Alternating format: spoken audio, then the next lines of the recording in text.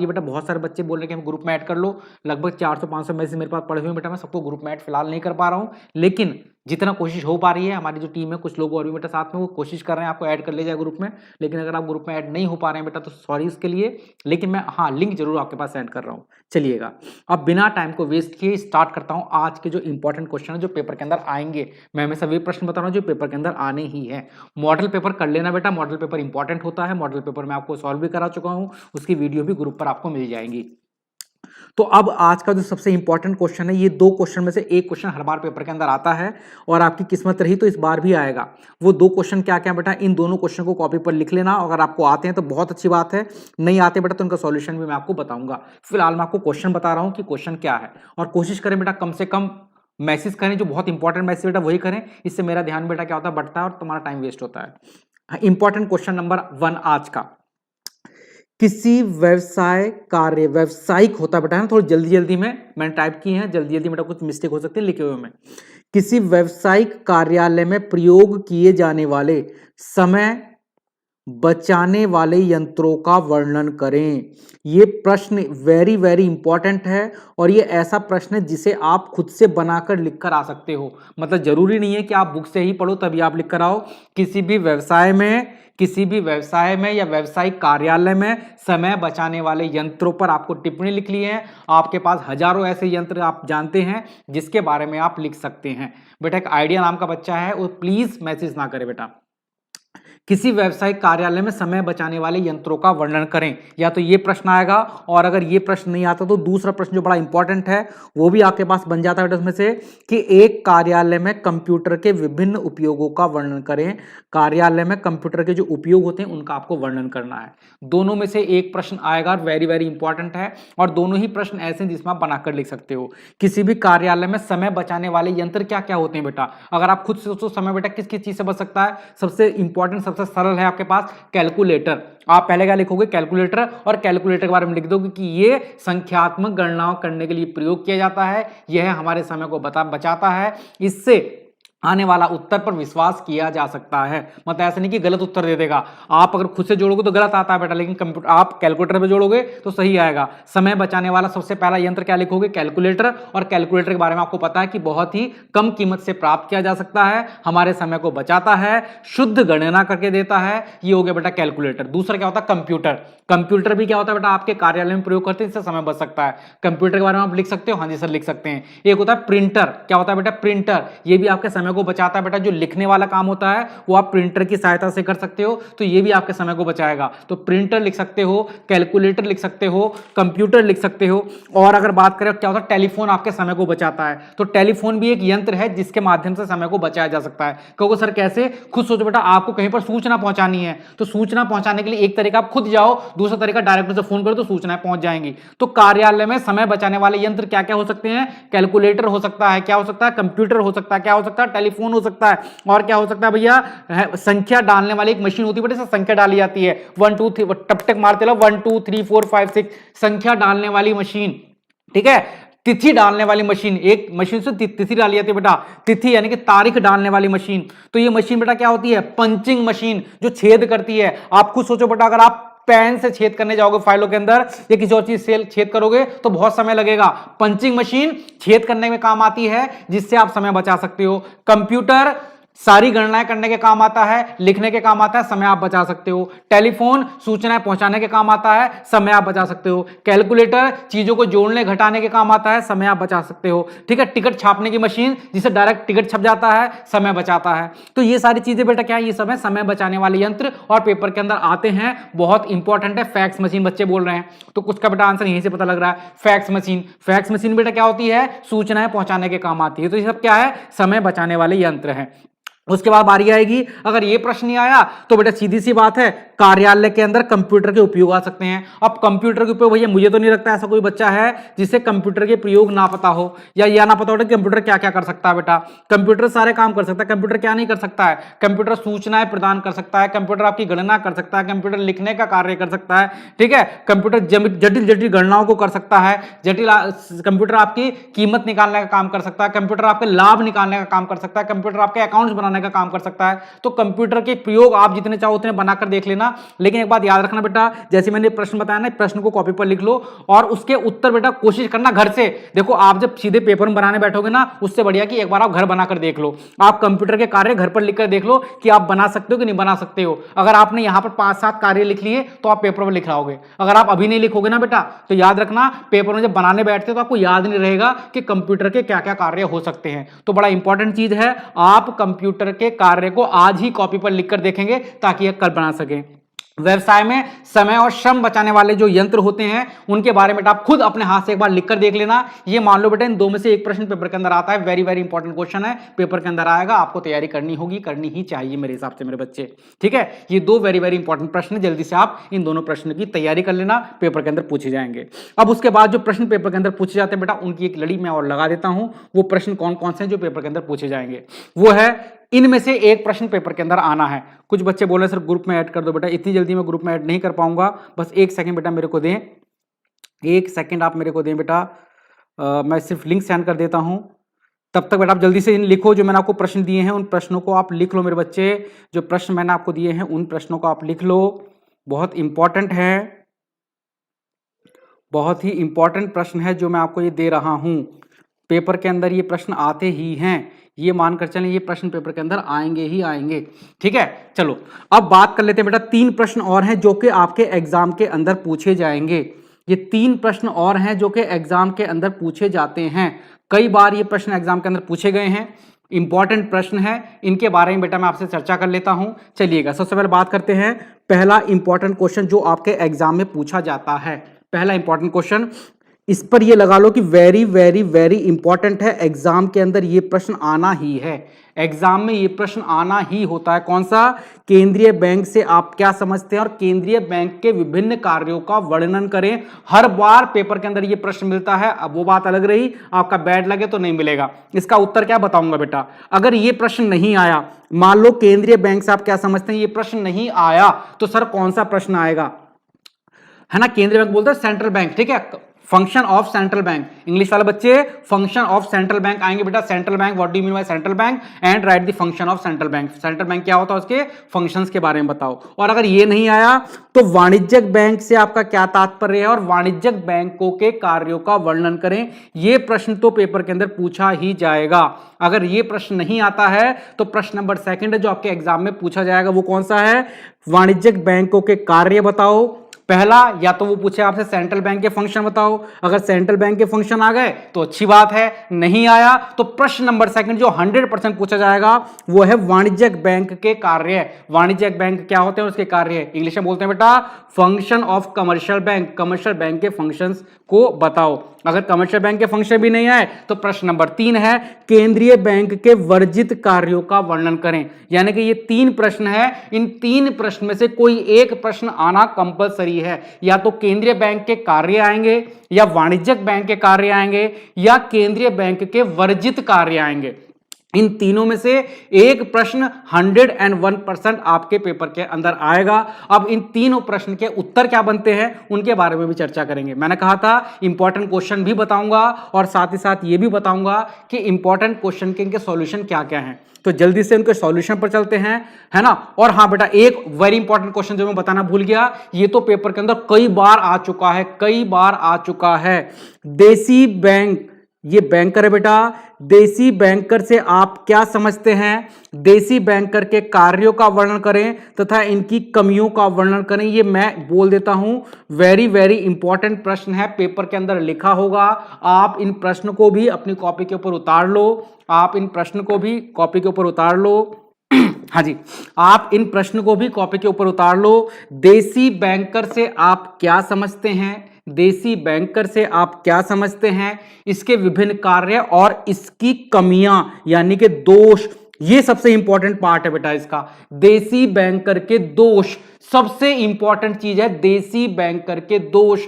ये पेपर में ना जाने कितनी बार आ चुका है, देसी बैंकर की कमी आए या देसी बैंकर के दोष आए, ये इंपॉर्टेंट है। मैं इस पर वेरी वेरी वेरी इंपॉर्टेंट लगा रहा हूं बेटा, देसी बैंकर की कमियां और दोष, ये पेपर में लिख लो, आना है ये प्रश्न। अब मैं यहीं से चर्चा करता हूं बेटा, सबसे इंपॉर्टेंट प्रश्न था देसी बैंकर के दोष या उसकी कमियां, और यहीं से बात चलती है कि देसी बैंकर के दोष और कमियां क्या होती हैं। जिन्हें नहीं पता उन्हें मैं बता देता हूं बेटा। देसी बैंकर का मतलब क्या होता है? देसी बैंकर का मतलब बेटा कि जब गांव में कोई एक व्यक्ति जिसके पास बहुत सारा पैसा होता है वो अन्य लोगों को ऋण प्रदान करने लगता है या बैंकिंग सुविधाएं देना प्रदान कर देता है, उसे हम देसी बैंकर बोलते हैं। इसमें महाजन भी आते हैं, बड़े बड़े व्यापारी भी आते हैं, गांव के अमीर अमीर लोग भी होते हैं बेटा, जो एक दूसरे को लोन देने का काम करते हैं, उन्हें हम क्या बोलते हैं बेटा? देसी बैंकर बोलते हैं। अब देसी बैंकर के दोष क्या क्या बेटा इंग्लिश में ही बताएंगे, पर थोड़ा सा मैं हिंदी में बता दूं बेटा, उसके बाद इंग्लिश वाली वीडियो बनाकर भेज देंगे बेटा आपके पास, ठीक है। अब देसी बैंकर के दोष क्या क्या है, देसी बैंकर की कमी क्या क्या है? देसी बैंकर कौन है बेटा? मैंने क्या बताया, कोई अलग से बैंक नहीं होते देसी बैंकर। देसी बैंकर का मतलब क्या होता है? गांव में कोई अगर महाजन है जिसके पास बहुत सारा पैसा है, वो अन्य लोगों को पैसा देना स्टार्ट कर देता है बेटा, या एक बहुत बड़ा व्यापारी है उसके पास बहुत सारे पैसे हैं, वो लोगों को छोटे छोटे काम के लिए लोन देना स्टार्ट कर देता है, या उनके पैसे को अपने पास रखना स्टार्ट कर देता है ना। आपने सुना होगा मुंशी जी होते हैं बेटा गांव के, या गांव के सेठ जी होते हैं, तो ये लोग क्या करते हैं? एक दूसरे को लोन देना स्टार्ट कर देते हैं, उन्हीं को हम क्या बोलते हैं भैया? देसी बैंकर बोलते हैं। क्या बोलते हैं उन्हें? देसी बैंकर बोलते हैं। अच्छा कह रहे हैं वो लाइव क्लास ले बाद में पढ़ाएं आएंगे भी, है ना। तो इनके दोष क्या क्या हो सकते हैं? इनके दोष क्या क्या है? पहला दोष क्या है देसी बैंकर का? वित्तीय साधनों का अभाव। देसी बैंकर का दोष क्या है? वित्तीय साधनों का अभाव, मतलब इनके पास बहुत सारा पैसा नहीं होता कि जिससे क्या कर सके, बैंक को चला सके। उसके बाद क्या है? बैंकिंग सिद्धांतों का अनुपालन न करना। बेटा चूंकि जो देसी बैंकर है इनके ऊपर कोई कानून लागू नहीं होता है, इसलिए ये बैंकिंग सिद्धांतों का अनुपालन नहीं करते हैं। फिर से बताना बेटा, देसी बैंकर के दोष क्या क्या हैं? देसी बैंकर के दोष क्या क्या हैं? इनकी कमियां क्या क्या है? इनकी पहली कमी है इनके पास वित्तीय साधनों का अभाव होता है। इनके पास, सर लाइव क्लास ले रहा हूं, बस 5 मिनट बता रहा हूं, एग्जाम में ये प्रश्न आएगा। वित्तीय साधनों का अभाव है, बैंकिंग सिद्धांतों का ये अनुपालन नहीं करते हैं, इनकी ब्याज दर बहुत ऊंची होती है। इनकी ब्याज दर बेटा चूंकि देसी बैंकर हैं, देसी बैंकर कौन हुए? जो अपने घर में बैठकर आपको लोन देते हैं, ये महाजन है, ये ऋण बहुत महंगा देते हैं बेटा। इनके दोष क्या क्या है? इनके पास बहुत ज्यादा धन नहीं होता। आप में से कहो भैया 5 करोड़ का लोन चाहिए, ये 5 करोड़ का लोन नहीं दे पाएंगे। इनके पास क्या है? बैंकिंग सिद्धांतों का अनुपालन नहीं करते, इन पर कोई नियम कानून तो लागू नहीं होता, तो किसी सिद्धांत का अनुपालन करते, ये इनका दोष है। बहुत ऊंची इनकी ब्याज दर होती है, ब्याज ये बहुत महंगी दरों से लेते हैं, ये भी इनका दोष है। सट्टेबाजी ये करते हैं बेटा, सट्टेबाजी करते हैं ये। इनकी दिक्कत क्या? पैसा बहुत सारा है तो ये सट्टेबाजी भी करेंगे। अन्य व्यवसाय कार्य भी करते हैं, ये बैंक का काम तो कर रहे हैं, साथ साथ दुकान भी खोले बैठे हैं। अब दुकान पर बैठे हैं, बैंक का काम कर रहे हैं, सोचो बैंक का काम ढंग से कर पाएंगे क्या? अपनी दुकान है, अपना काम भी कर रहे हैं, तो देखो भैया कितनी दिक्कत है। परंपरागत लेखा प्रणाली, मतलब इनके जो अकाउंट्स होते हैं ना बेटा, ये आज के नियम के अनुसार डेबिट क्रेडिट वाले अकाउंट ना खोलते, ये पुरानी तरीके से क्या करते हैं बेटा? अकाउंट चलाते हैं। इनकी ये भी दिक्कत हो गई। तो दिक्कत क्या क्या है इनकी बेटा? देसी बैंकर के दोष क्या हैं? पेपर के अंदर हर बार आता है बेटा, देसी बैंकर के दोष क्या क्या हैं? देसी बैंकर के पास धन का अभाव होता है, देसी बैंकर किसी कानून का अनुपालन नहीं करते, देसी बैंकर की ब्याज दर बहुत ऊंची होती है, देसी बैंकर सट्टेबाजी करते हैं, ये अन्य व्यवसाय भी करते हैं, परंपरागत लेखा प्रणाली यानी पुरानी वाली लेखा प्रणाली चलाते हैं। तो ये सब क्या हुए? ये सब हुए देसी बैंकर के दोष, और वेरी वेरी इंपॉर्टेंट है, एग्जाम के अंदर ये दोष पूछे जाते हैं। देसी बैंकर के दोष एग्जाम के अंदर पूछे जाएंगे। अब बारी आई देसी बैंकर का महत्व क्या क्या है, इनके फायदे क्या हैं? भैया देखो सीधी सी बात है, जिन चीजों के दोष होते हैं तो उनका कुछ ना कुछ फायदा भी होगा। अब देसी बैंकर का फायदा क्या क्या है? पहली बात ये हो, अगर आपको देसी बैंकर से लोन लेना है, देसी बैंकर कौन होते हैं? जो गांव के महाजन होते हैं, जो गांव के अमीर अमीर लोग होते हैं, जो गांव के सेठ जी होते हैं ना, देसी बैंकर बोलते हैं। उनका फायदा क्या है? कानूनी लिखा पढ़ी का अभाव, मतलब अगर आपको इनसे लोन लेना है बेटा तो किसी तरह की कानूनी लिखा पढ़ी नहीं होगी। देसी बैंकर का फायदा ये हुआ, मुझे आज लोन चाहिए, मैं रात में जाऊंगा, कहूंगा भैया मुझे लोन दे देना, वो मुझे चाय पिलाएगा, चाय पिलाते पिलाते लाकर मेरे सामने नोटों की गड्डी रख देगा कि लो भैया लोन ले लो, यानी कि लिखा पढ़ी की कोई आवश्यकता नहीं होती, पहला फायदा। दूसरा, बिना जमानत के ऋण, यानी कि यहां पर आपको कोई कागज नहीं रखने पड़ते, बिना जमानत के आपको क्या मिल जाएगा?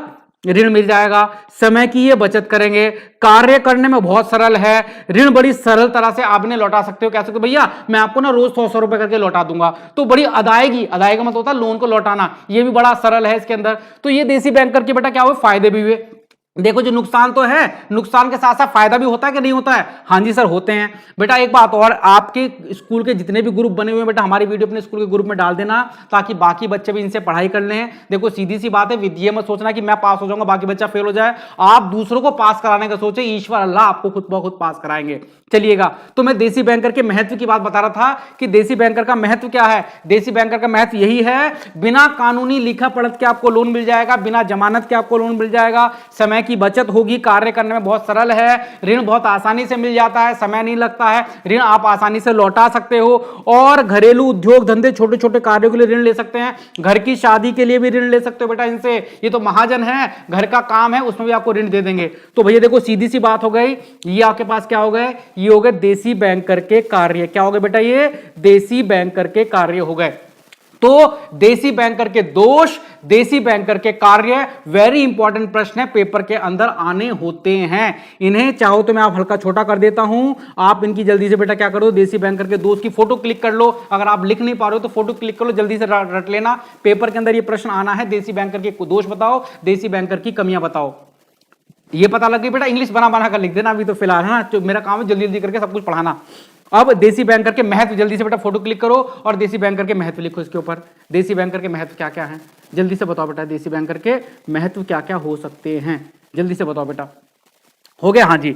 अब आगे वाणिज्य बैंक और उसके कार्य क्या होते हैं। आई थिंक बेटा वाणिज्य बैंक और उसके कार्य सबको पता भी होंगे, इंपॉर्टेंट प्रश्न है। वाणिज्यिक बैंक और उसके कार्य और केंद्रीय बैंक और उसके कार्य, ये तीन प्रश्न में से एक प्रश्न आएगा। देसी बैंक उसके कार्य बताओ, वाणिज्यिक बैंक उसके कार्य बताओ, या केंद्रीय बैंक और उसके कार्य बताओ, है ना। और केंद्रीय बैंक के वर्जित कार्य पर आ जाओ बेटा। सबसे पहला इंपॉर्टेंट प्रश्न ये बनता है, भारतीय रिजर्व बैंक के वर्जित कार्य क्या क्या हैं। वर्जित का मतलब समझते हो, ऐसे काम जो भारतीय रिजर्व बैंक नहीं कर सकता है। भारतीय रिजर्व बैंक को कौन से कार्य करने के लिए मनाही ही है, उसकी बात कर लेते हैं, इंपॉर्टेंट प्रश्न है।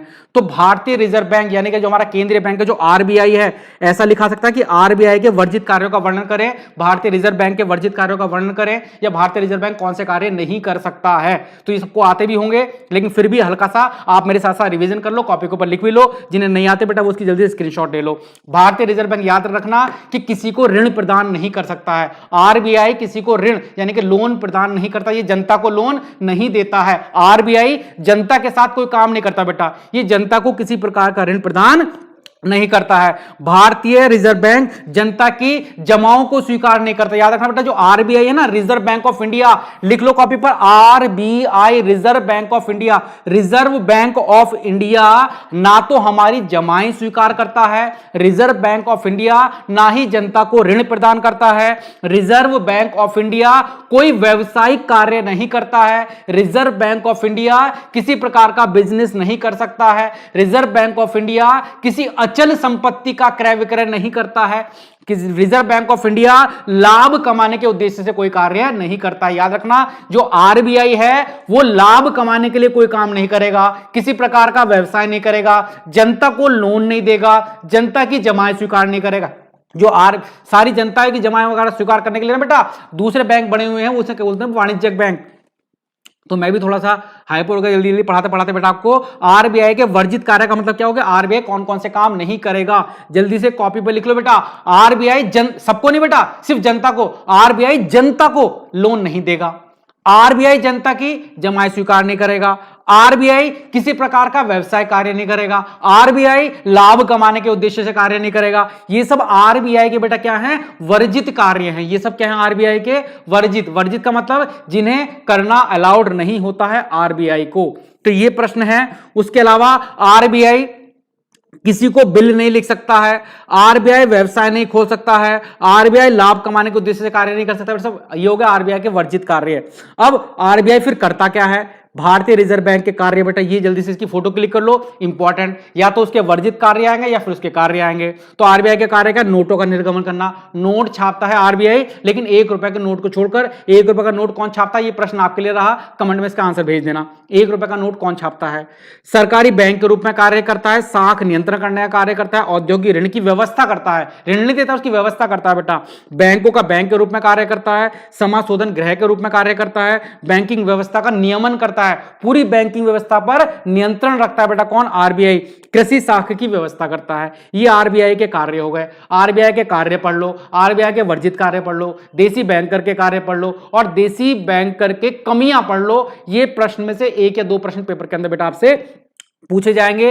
ये इंपॉर्टेंट वेरी इंपॉर्टेंट प्रश्न है, ठीक है बेटा। तो इसके अलावा जो बाकी प्रश्न बच गए हैं उनकी आप अगर फोटो क्लिक कर लो।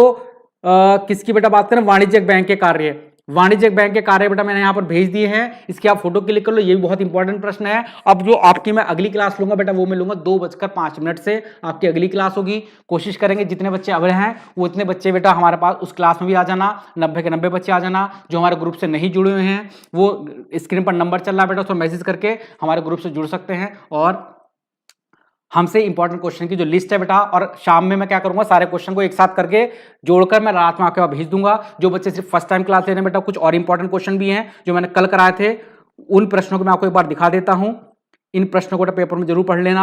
ये रहे प्रश्न जो मैंने कल कराए थे, इसकी फोटो क्लिक कर लो। ये भी इंपॉर्टेंट प्रश्न है जो मैं कल कराए थे बेटा। दूसरी क्लास हमारी आज 2 बजे होगी। 2 बजे नेक्स्ट क्लास लूंगा बेटा, इंपॉर्टेंट प्रश्न उसमें भी कराऊंगा 2 बजे वाली क्लास के अंदर। ये इंपॉर्टेंट प्रश्न है, इनकी फोटो क्लिक कर लो। जिन बच्चों ने कल की क्लास नहीं ली थी वो उन बच्चों के लिए बेटा, ये जल्दी से फोटो क्लिक कर लो बेटा। इसकी सब इंपॉर्टेंट क्वेश्चन है ये। चेक से आप क्या समझते हैं? चेक के रेखांकन की विधियां, इंपॉर्टेंट प्रश्न। चेक के अनादरण से आप क्या समझते हैं? चेक के अनादरण के कारण, वेरी इंपॉर्टेंट प्रश्न। ये प्रश्न मैं कल कराए थे, इनकी फोटो आप चाहो तो क्लिक कर सकते हो जिन्होंने कल वाली क्लास नहीं ली है उनके लिए बेटा बता रहा हूं बेटा मैं। ये विनिमय विपत्र क्या होता है, इसके विभिन्न पक्षकार क्या हैं, प्रतिज्ञा पत्र क्या होता है, इसके विभिन्न पक्षकार क्या हैं, अनुग्रह दिवस किसे कहते हैं, कितने दिनों का होता है, खड़ी फाइल और लेटी फाइल प्रणाली में अंतर बताओ। वेरी वेरी इंपॉर्टेंट प्रश्न है जो मैं कल करा चुका था।